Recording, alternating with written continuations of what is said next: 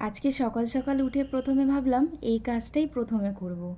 অনেক দিন ধরে গোটা জিরেটা এনে রাখা হয়েছিল, আর এদিকে সবজি তরকারির মধ্যে জিরেটা দিতে গিয়ে আবার ওটাকে ধুয়ে বাটতে হতো।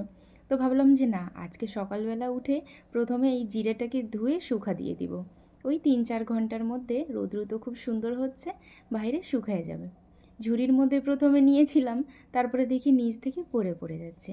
দাঁড়ান, এটাকে আগে একটা বাটিতে নিয়ে নিই, তারপরে এটাকে ধুবো। ধুইতে গিয়ে দেখুন কি পরিমাণে নোংরা বেরোচ্ছে। আর ডিরেক্ট এইভাবে যদি আপনারা বেটে তরকারির মধ্যে দিয়ে দেন, তাহলে তো সেই তরকারির একদমই স্বাদ হবে না। এটাকে দাঁড়ান 6 থেকে 7 বার ধুয়ে নিচ্ছি, তারপরে একটা সুতি কাপড় নিয়ে ব্যালকনির মধ্যে গিয়ে শুকা দিয়ে দেব। চলুন, এবার আমাদের ধোয়া একদমই কমপ্লিট। এবার ব্যালকনিতে চলে যাচ্ছি। যা যা, ব্যালকনিতে এসে দেখি রৌদ্রই নাই। এই সকাল সকাল উঠে দেখছিলাম কি সুন্দর রৌদ্র হয়েছিল, ভাবলাম আজকে জিরেটা ধুয়ে শুকা দিব, আর ব্যালকনিতে এসে দেখি রৌদ্রই নাই। ঠিক আছে, এইভাবেই দিয়ে দিচ্ছি। সুতি কাপড়ের মধ্যে জলটা তো টেনেই নেবে, আর আজকে একটু 6-7 ঘন্টা না হয় বেশি সময় লাগবে। আর এইভাবে ধুয়ে তো বাড়িতেও ভিতরেও রাখা যাবে না, এখানেই থাক।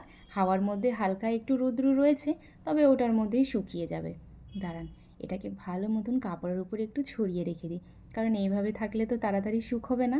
ওই সুতি কাপড়ের উপরে ভালো মতন করে ছড়িয়ে এই 6 থেকে 7 ঘন্টা আজকে সময় লাগবে, তবে সুন্দরভাবে শুকিয়ে